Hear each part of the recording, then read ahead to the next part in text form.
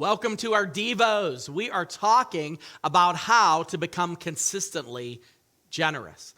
All of us can become spontaneously generous. We give when we can, as we can.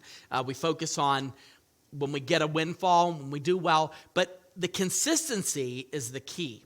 And that really requires faith. And it requires us to stay hyper-focused when things get difficult.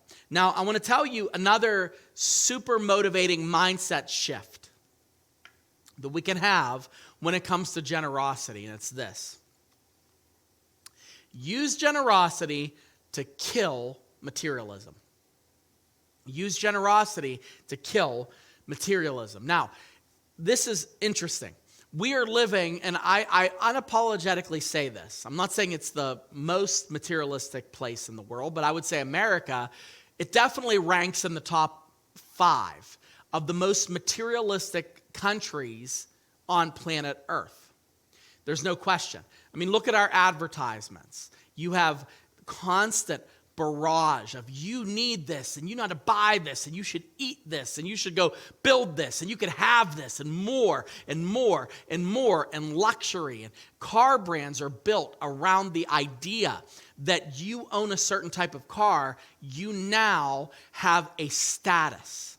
This is how our country frames material success. But what it leads to, unfortunately, is an over-focus and an emphasis on materialism. You become materialistic. You become focused on taking your value from what you own, taking your value from where you live, taking your value from what you drive, when in reality, what you've done is you are saying those things that you own me. A shortcut to get rid of materialism from your life is actually being more generous.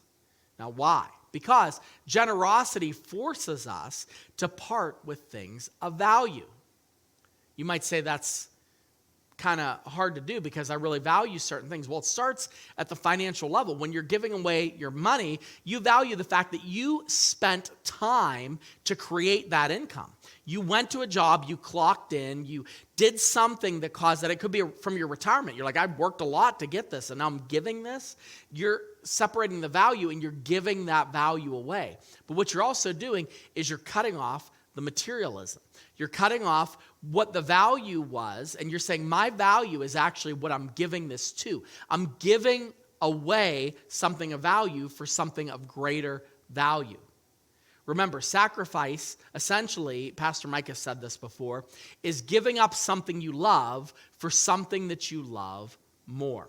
I remember some years back, I've told this story before. I'm going to tell this in church too, probably, but I was talking to someone who had just recently been divorced, somebody really close to the church, and they were just signing the divorce paperwork, and they, it was a pretty dark time for them. We were trying to help them through it. It was really dark. And I remember I had lost in the washing machine. I was doing laundry, and I lost my wedding ring. It fell off in the laundry machine, and then it just went AWOL. I just had a little junky wedding ring. Well, the guy that I was talking to, that I was counseling, I said, hey, I said, what are you going to do with your wedding ring? Because he had his wedding ring. He goes, and I was talking to him on the phone. He goes, just every time I look at it, I just think about being with her, and I think about how much she meant to me and how we exchanged those vows. And I was like, you should think about selling it. He goes, I can't sell it because for me to just take it off, I feel like it's just showing that part of my life is over. And I can't imagine what it would be like to sell it. And I said, I'll give you $80 for it. And he said, I'll meet you in the church parking lot. I remember having that laugh with him, and I realized, I made him realize, look, it's just a ring. Who cares? I had trouble telling Jamie, my wife, I'm like, well, I bought a divorce ring, but you know what? It doesn't mean anything. It only means that I'm married. It doesn't mean that intrinsically the ring in and of itself, it is really meaning something greater than what the value is we ascribe to it. And when you give, you are letting that which you hold on to know that I value something more than the thing that I have. If you look at what 1 Timothy chapter 6, verse 10, he says, the love of money is the root of all kinds of evil, not money itself.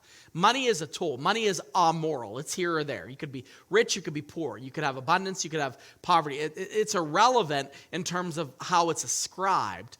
But what is evil is the love of money. When we start to love that which is material over that which is spiritual, we're in trouble.